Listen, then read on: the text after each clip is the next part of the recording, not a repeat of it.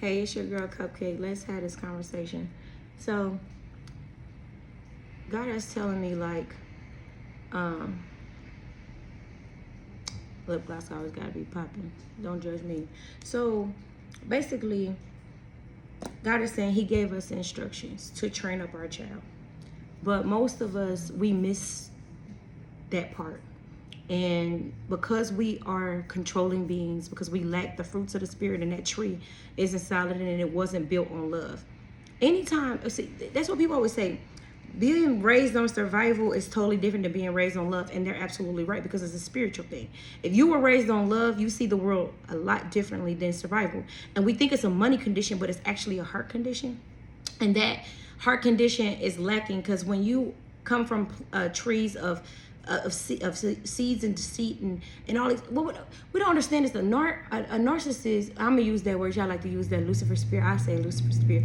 That narc has it out for that woman, and he will divide. It's the spirit within him. He will divide that family.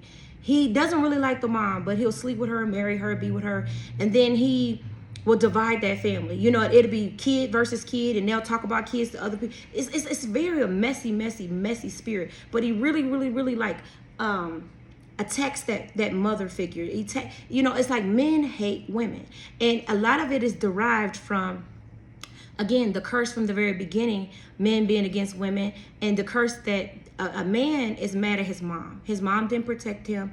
His mother watched him get molested or didn't even know that he got molested, things like that, by boyfriends, and brought people in. And we do it. We bring men into their life, which is why we're not protecting them. We bring men into their life, and we allow that man to damage them, and then they hate the mom, but they never tell that mom that, because then they idolize her. And then they end up with women, which makes them that Lucifer spirit that was planted in them. Now they attack that mother, and now we repeat the cycle again.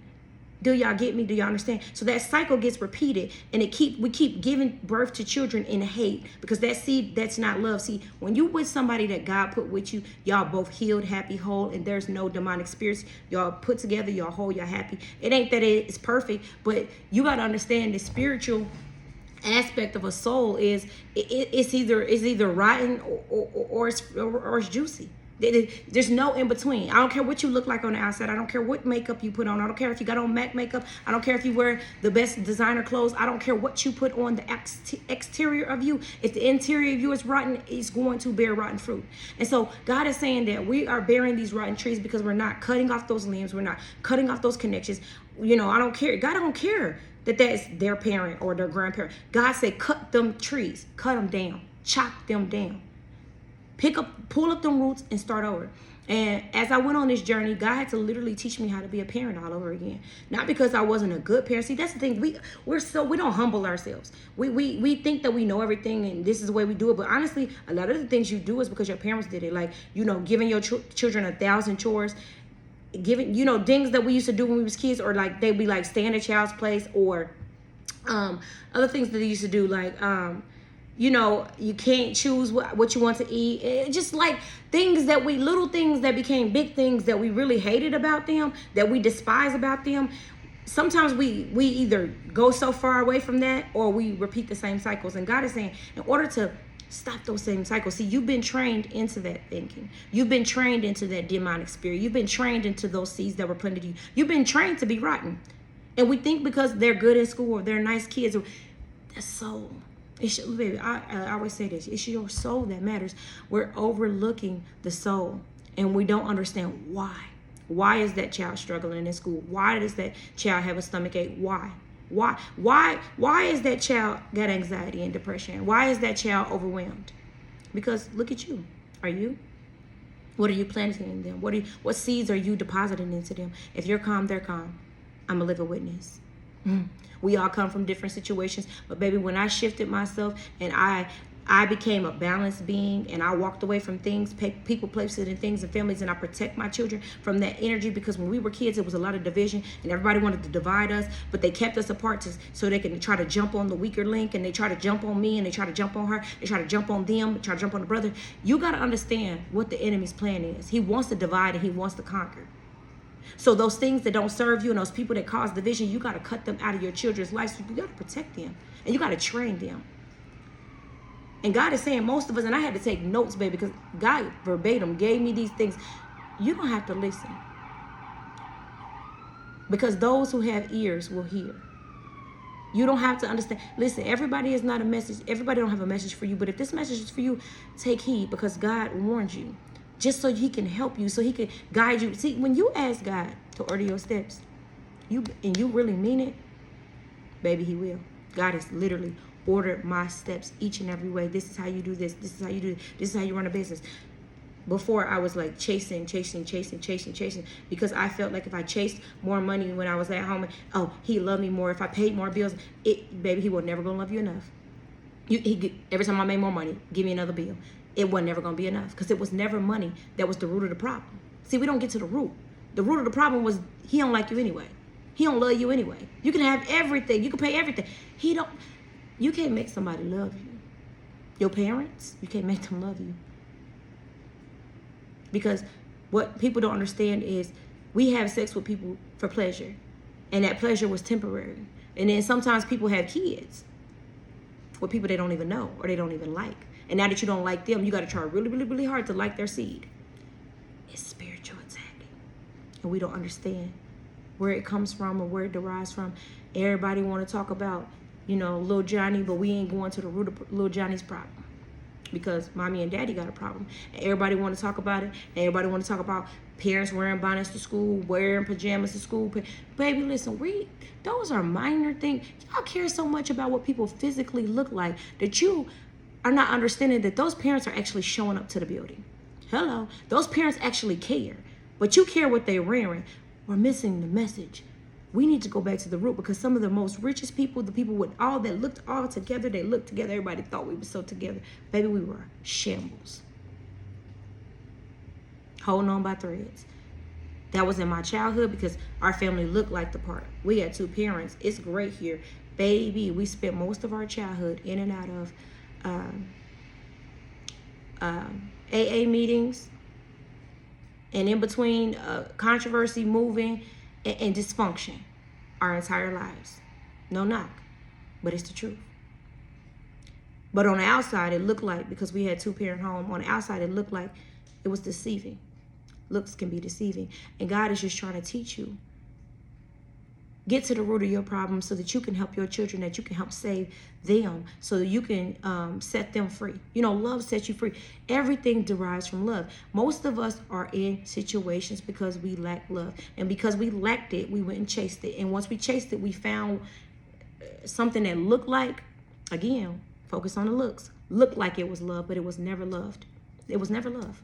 It was never love. Most of us don't even know what love is. For God so loved the world, he gave his only begotten son. For those who believe shall not perish, but have everlasting life. You imagine how much he loved Jesus. He knew. He gave Jesus a purpose. You love your children, right? God actually watched him die to teach us a lesson. See, everybody in the Bible that God used is an example. And we have to start looking at it that way. God used him as an example. So I love you so much. Even though I really, really love him, this is bone of my bone, flesh of my, this is my baby right here. I'm going to sacrifice him. We don't understand that love is a sacrifice. And God will, and there's people in your family that are being sacrificed to change the narrative of your generations. Because just like Jesus lived and died for a reason, people live and die for a reason, but we're not catching the messages of the deaths because we're too busy putting people on t-shirts and cashing in policies, and we're not talking about why they died. Why did little Johnny and them die in the streets? Why did they overdose? Who shot them, and why did they shoot them? Where was they at? What was they doing? We're not getting to the root of the problem because God is trying to teach you something in life and death. And God is saying we're training children to die and not live. Here's why. I got a whole list, baby. Follow me. I had to put it in a list. We're training them for death and not life. God said, listen, you didn't get all A's. Why do they got to get all A's? You did good. You turned out all right. Too much pressure. We put way too much pressure on these kids. Listen, God is saying you need to train your children to tell the truth and be honest. But in order for you to teach them that, you got to tell the truth and be honest. That's the root. Most of us are living a lie, acting like we happy in situations, acting like nothing ever happened to us. We're not telling our parents what they did to us, how they talked to us, how they treated us, how that boyfriend molested you, how that girlfriend did that to you. We're not telling the truth. And most narcissists hide under the fact that they are hiding their sexuality. You need to tell the truth, because when you tell the truth, you will set yourself free, because when you live a lie, everything around you is a lie. Ashes, ashes, they all fall down, crumbling, tumbling, falling down, because we're living in a lie. Be who you are. God says, I see you. But what you're doing is you're damaging the seed. You're damaging the future. And I sent them here for a reason and a purpose. And you're killing them prematurely, all because you don't want to live in your truth. The sins of a father follow the children. That's the word. Not my word, God's word. God says stop yelling at them and listen to them. Listen to them. A child will lead the way. But we're so busy being a parent, thinking that we have this control, because we lack self-control. We want to be in control of our kids because that's the first thing we got control of. We don't got control of nothing else. So we're going to control this being. God said they are not your property. They are not slaves. They are not entitled to your opinion all the time. Stop yelling at them and listen. Don't talk about people. This might be hard. Don't talk about people or gossip around them. You really ain't supposed to do it at all, but really don't do it in front of them because they're confused. Because one minute you're on the phone with Shirley, saying how you love her. Hey Shirley, we best friends. And then as soon as you get off the phone, you're talking about Shirley and they confused. They might not be able to say nothing, but you have taught them how to fake love. You have taught them deception. You have taught them that disloyalty. Anything with a dis is a lack. Now they lack that loyalty because you taught them to be fake. We looking in the mirror. I'm looking at you, you looking at me, I'm looking at me, you look at you. All right? Let them be who they are by being who you are. See how it's a reflection. We can't just tell our kids what to be and you got to do this, and if you don't get it straight, I'm going to take your phone. If you do this, if you do that. It's a projection. We're projecting our own insecurities onto them, which causes them to live in fear, and they're not living at all. We're raising them in death and not training them in life. And so I'm going to keep reading this list. God says to thy own self be true, and they'll be true too. And so just because they're children doesn't mean that they lack wisdom, because we think that they're young, that they lack wisdom. God says don't become a slave to creating for them. Hold on, let me read this again. Oh, I read that wrong, my bad. Don't judge me. It says don't become a slave. Basically, he said don't become a slave, creating them your master. Then they'll run you crazy. Basically, God was telling me, like, you become a slave. You make your children your master when you just like give them everything, and you don't train them to not necessarily work for it, because what we do is we make our kids work for love and attention and time, and God don't let that. Like, they should not have to like beg for your time and your attention, which is why God had to train me. And it's not popular that I'm only open 3 days a week, and I could be making so much money, I could be doing a whole lot of things, but God taught me that my children need me the most. Like, that's the gift that I gave you. And if you almost slap God in the face when you go chase this money, you go chase these things, and you go do these things, and you ask for something and then it's not good enough, and you spend all this time away from the very things that give you life after the, like, they give you life. Like, you're with everybody else but them. This is another one that's very important that I struggle with, and even my children struggle with this, because it's like division. You have different fathers and stuff. Don't compare them to the siblings or talk about them to each other, because it will cause a great divide, envy, and pride. Don't act like y'all don't be doing it. Parents do it. Our parents did it. Talking about your child. And I'm talking about time. And some parents even talk about their children with family members. It's like, where's the fruit in that? Where is the life in that? We either speaking life or death. Where's the life in literally talking about and gossiping about your own children or your children with each other? Like, there's no life in that. And so now siblings have to fit in other people's shoes and walk in that shadow. And that's a very hard thing to do. It's like, oh, well, your brother did this. Don't get me wrong. Guilty. Oh, your brother did it this way. Oh, he got all A's and he did it this way. And he was smart. And so they start living through that shadow. And they're never good enough because that's darkness. They're trying to follow somebody else's footsteps, and God made them to be who they are. And God is saying, allow your children to be who they are. Stop giving them this expectation of what they're supposed to be. Love them unconditionally. See, we love based on condition, and we don't think that we do. It's like, if you're nice, I'm nice to you. If you being good, I'm gonna give you this lollipop. Now I'm gonna give it to you because I love you. Now you gotta earn this lollipop. You gotta earn my love. And then they go into the world with the same concept because it's a spiritual deposit been made into them, but they got to go beg for somebody's love. They got to work so hard. And God never intended us to be on this earth to work so hard. Actually, it's the curse. It's the curse that we have to break in order to be able to give these children a life that they deserve. We think that that's giving them and taking them to Disney World. That's wonderful. Experiences are great. We are supposed to do that. But again, that can't be your love language, giving them things instead of giving them time, attention, and love. That's all they need. A plant doesn't need that much to grow. Just a little time, just a little water, a lot of love. And so God said, respect their opinions and they'll respect you. Stop controlling their entire day and let kids be kids. I know I used to have like a schedule. My oldest two kids, it was like I was, a teacher mode. And we're going to do homework, you're going to do this, going to do that, going to do that, then you go to bed. And God is saying, when you're not there, see, we're training them for death, but not life. Because what happens is we have become so controlling of their schedules that we have dictated everything that they do. So when they do get older, they struggle with making decisions. They struggle with knowing what they like because we made the decision for them.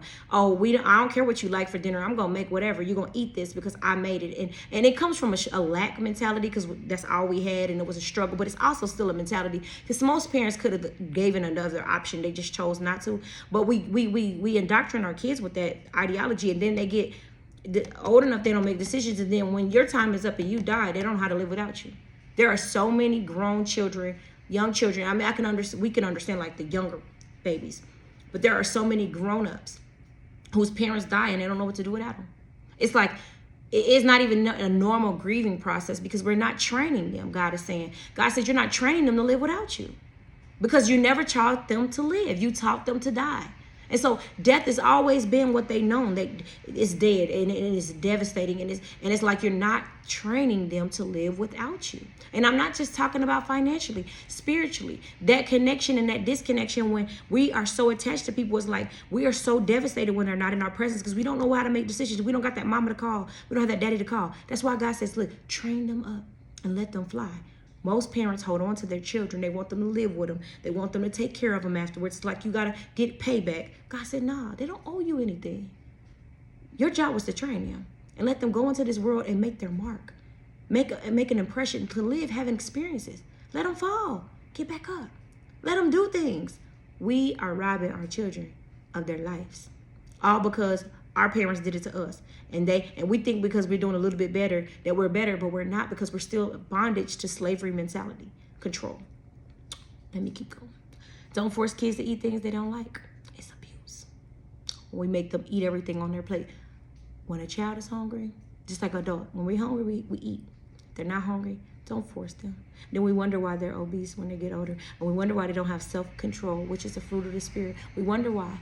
Because they were forced to eat. And they don't know their limits because we never gave them the opportunity to feel like this doesn't feel right for me. We are driving them away from their souls and we're making them and we're institutionalizing them and we're like computer programming them to be this way.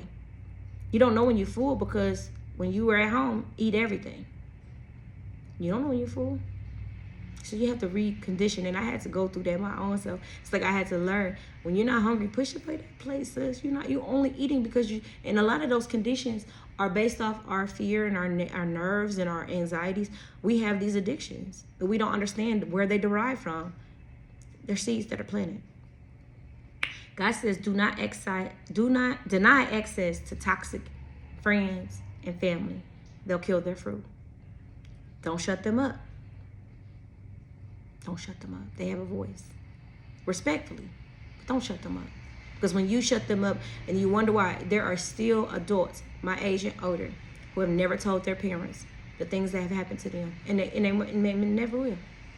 Because they've been shut up when they were kids and they can't talk about it. And it's like, I don't want to hurt my mama. I don't want to tell her the truth. Baby, listen. It's killing you, though. You, closed mouths don't get fed. Your spirit is being starved because you don't open up your mouth, which is why I have to do this. Because I have to break these curses and these generational curses and these divisional curses and all these things that have cursed our families. And we have to break that off, and I have to start a new tree. So that the tree from me and my generations and children's and your generations, that they're fruitful and that they multiply. And so they don't have to grow up and survive. They're growing up and they're living because they're made of love. And it has nothing to do with money. Because when you know who supplies your needs, when you know God for yourself, when you know that he'll take care of everything that you have going on, baby, listen, you don't got to worry about nothing. When you know that God provides. When we live in a lack mentality and a lack mindset, we don't know that. And we teach our kids to go chase the hustle and not chase God. Okay, so don't have them do all the things you don't want to do. Ooh, ouch, that's going to hurt. They're not your slave. Teach them to work and build, but not do all the things in the house you're unwilling to do. It's abuse. I've learned to not give my kids, and I was guilty of this because we had a whole bunch of chores, and then, you know, you're with somebody that's really strict. It's like, you got to do this, got to do this, got to work. I don't give my kids chores anymore. If you do, that's fine. I make them clean up after themselves. Because what we don't understand is it's all connected. And if you learn that when you make a mess and you clean it up, it's your responsibility. I thought about how unfair, and it wasn't just me, because God literally taught me this, how unfair it is to go in the kitchen, make a huge mess, and because I bought the food and I cooked the food, that I'm going to leave a huge mess for one child to clean up. You don't understand this because most people are going to disagree with this, but you don't understand psychologically that we are connected and wired a certain way, especially as children, to understand that I have to clean up after everybody. And so when they get older, they're not going to want to do it because I got to clean up after everybody. And I'm cleaning up everybody else's mess instead of this is the mess I made and I cleaned it up. It's a life skill, and it doesn't have anything to do with the mess physically, but spiritually. So when I get in a situation and I mess up, I clean it up. I fix it. I make a mistake here, I get back up. I fall, I get back up. You don't understand the connection. And because we are lacking the spiritual connection, we are not training our children. We're raising them to be slaves. We're raising them to be dependent, not independent. And even if you think you are because, they work, that's not what God ever designed for us to do.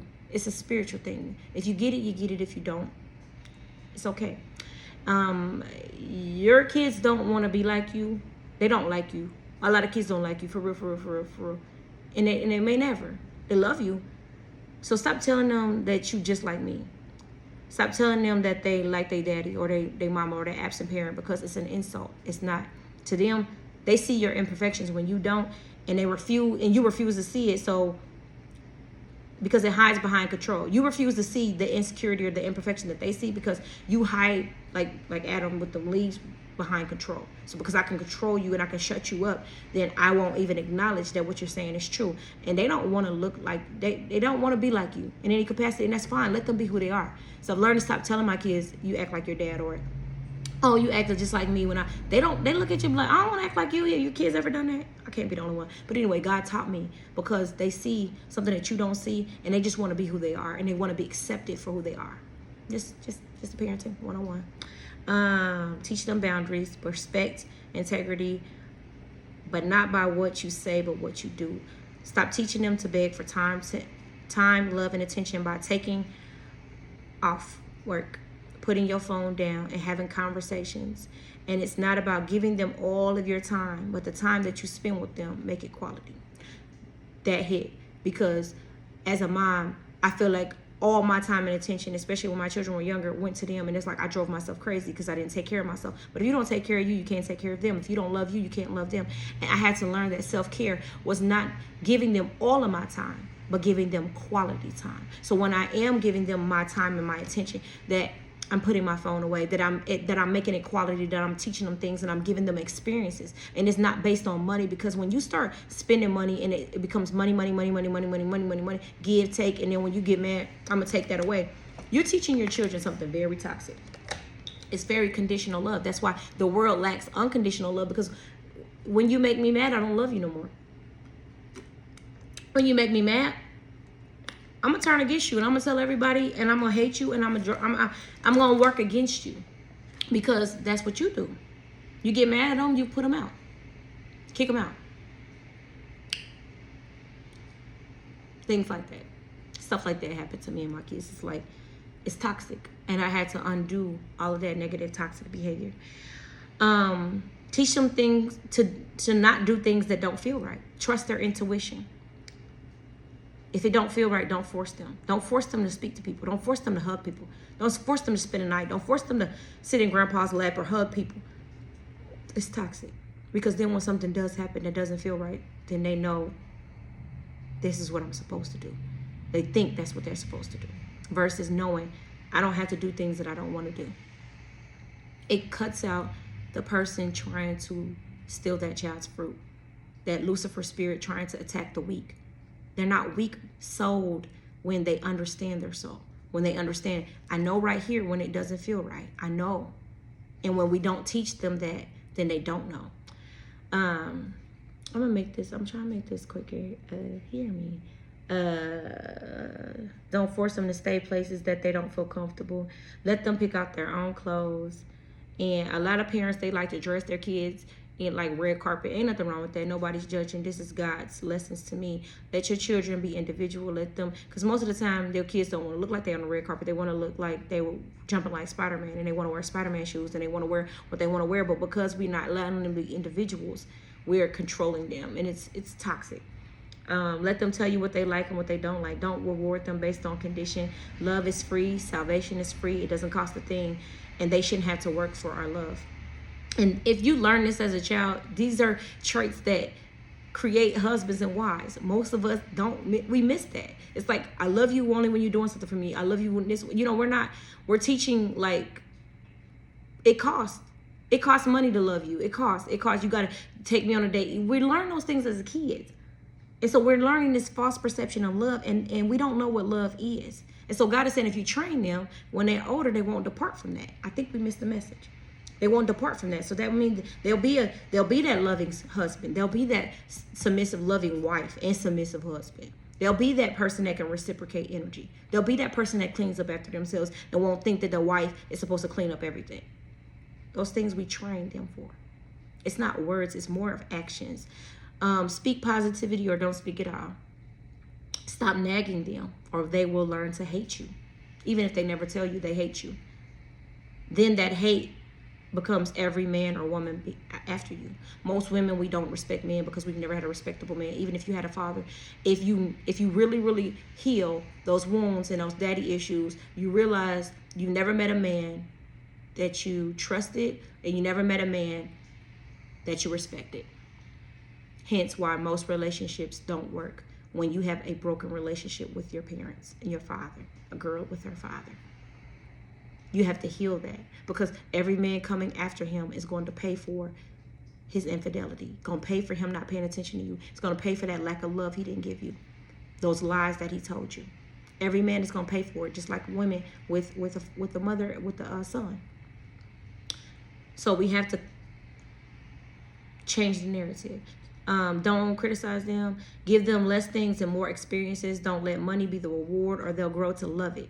We teach children to love money, because when we lack it, we like chase it, and we make them think that it's everything, and it's not. Because we choose, and we indirectly do that when we choose our jobs over them. And it's like, oh, I gotta go to work. Sometimes, just like they need a day off from school, sometimes you just need a day off from work because they may need you. And we're not willing to do that. We're not willing to sacrifice that money. That's why I say from the very beginning, love is a sacrifice. God was willing to allow Jesus to die for us.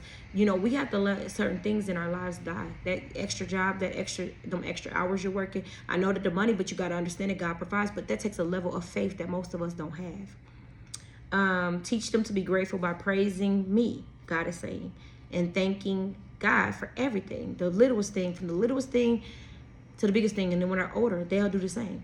They'll thank God too. They'll remember. Don't kill their imagination, because children believe that they can fly until you tell them that they can't. We are energetic beings, and their batteries die because we drain them. We give them way too much work. We give them way too many stipulations to be a kid. We put too much pressure on them. We tell them too many things that are above their spiritual level. We hurt them with our words. We degrade them. We talk to them crazy. And we think that they're supposed to bounce back from it, but we're draining their battery before they ever exit the earth. And then when they go out there, they're going to go find it. And it's not going to be in the right places. It's going to be in bedrooms. It's going to be in closets. It's going to be in bars. It's going to be in places that not necessarily are bad, but not good for them, because they're seeking something that they're trying to feel that only God can feel. Depression and anxiety and ADHD don't need medications. Let me say that again. Depression, anxiety, ADHD don't need medication. They require unconditional love, time, attention, and prayer. Just like that little flower garden. It don't need very many things to